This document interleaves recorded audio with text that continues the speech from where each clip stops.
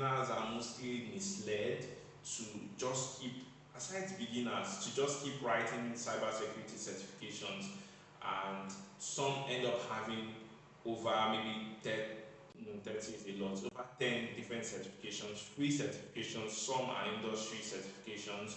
And the thing is that after writing those certifications, you see that you don't have the required technical skills to even carry out any major tasks. After your ISC2 exam, I'm sure you must have gotten idea about what the different domains of cybersecurity are, and you must have also known the different pathways in cybersecurity, which is important. So I think at that point, some people would not agree with me. Some people would say, "Oh, it's too early to decide what pathway you want to follow in cybersecurity." But I don't think it's too early. And the problem we have is that I think most times, depending on the first job you get, for those that have not gotten any job, depending on the first job you get, that's what determines the pathway you now follow through. For example, you get your first job as a compliance officer or as an auditor, IT auditor, or as an information security specialist or officer, then you're going through the GRC route. Now, you having that role, it's going to be a lot easier going further or climbing the ladder in that particular path compared to now changing from that role to something more technical in cybersecurity. Although, because you've had that experience in the space of cybersecurity, it shouldn't be difficult for you to land a cybersecurity job if you already have the knowledge or the skills to handle the technical part. For those that have written ISC2 certified in cybersecurity, what next? Are you going back to, because I know some people that told me that they are going back to write CompTIA Security Plus exam, which is you writing another certification. So I would say I don't know how other people would look at this. Perhaps maybe even the HR, the HR just employ and they just have something written down.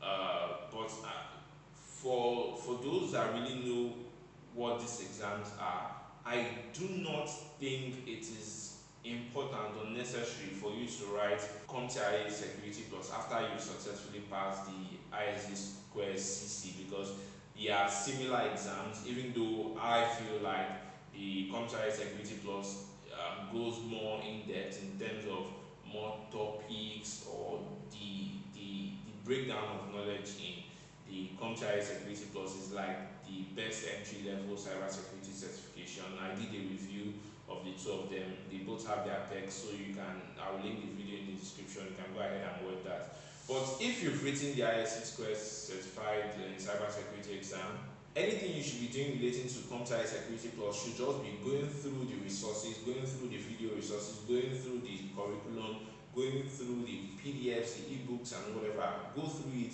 get all the knowledge you can from it. But there is no need to spend, it's not $350 or thereabouts to write the exam. There is absolutely no need to do that. It's just you wasting your money, because you've already gotten the knowledge and you've already gotten one certification that is closely related to it, except you'll notice that there's a trend in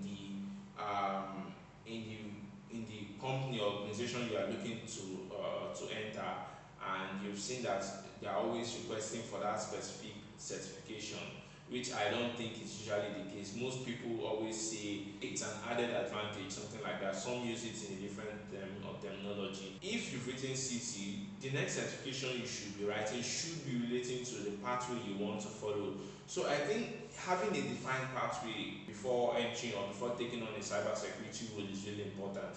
This helps you know what roles to apply for. So for example, you see yourself more inclined in the GRC part or the non-technical part of cybersecurity. Again, that's the information security officers, compliance officers, the IT auditors, or the other non-technical cybersecurity roles where you do most administrative, most strategic discussions relating to cybersecurity.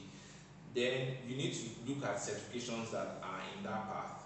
So you need to be looking at ISO certifications. You need to be looking at maybe PCB, cybersecurity cybersecurity lead manager, it's like something lead cybersecurity manager or something like that of that part. So you're looking at things relating to business requirements and things talking about your that pathway, the non-technical pathway. So you don't want to write the ISC2 CC, then you jump, you write the CompTIA Sec Plus, then you jump, you write CEH, then you jump and write this. Then you writing different unrelated certifications is not going to help you. So look at the pathway you are interested in. If you want, I know so many people that want to be ethical hackers. That's what they want to do. That's what they want to be, ethical hackers or penetration testers. So if that's what you want to do, that's brilliant. I think you should immediately start writing or going for certifications relating to that role. Yes, CEH is a very popular one, a very popular certification, you see it everywhere. But there is EJPT. You can research it. I'll put the name on the screen if I can. EJPT is also there, and there's also the senior one of EJPT. So those are penetration testing exams that tests your knowledge, that improves your knowledge in all those hands-on stuff, compared to some of these exams that are just objective questions or multiple choice questions. So now you can now make research. Which one is better? Which one gives me more knowledge? Which one gives me more hands-on? Which one has more topics covered in the curriculum? So that's what you should be looking at.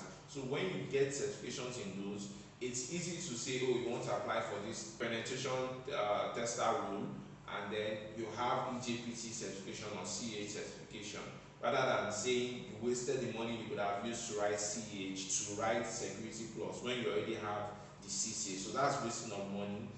Use it to, CEH is obviously higher, is the higher certification than the Security Plus. For you to have CEH, it shows that you should understand most of the things that are in Security Plus. So don't waste your money after CC to write Security Plus again. Just go for the CEH or the EJPT or those other certifications around that part. Why, if you are for the GRC, you can after the CC you can go for your ISO certifications or the PCB lead cybersecurity manager or lead auditor, or there are so many certifications there. So what happens is that you're building your knowledge in the pathway you want to go into. Trust me, some people would say it's difficult to know where you want to get into. And yes, I struggled a lot with that, not knowing. I knew I wanted to go into the technical part, but which part? Is it into SOC? Is it a pen tester? Is it this and that? So yeah, I struggled in that part a bit, but even till now, sometimes I still dabble a bit in all of those the different technical areas because of my role, but I still try to specialize in one personally, even if it's not what I'm doing where I work or what I'm doing, but I try to just specialize in one place so that I would master a particular area in cybersecurity, because cybersecurity is a lot. You can't know everything. Okay, so I just hope what I'm saying is making sense. Pick a pathway, whether I like it or not, pick a pathway that will help you. If you've picked a pathway, stop writing useless certifications.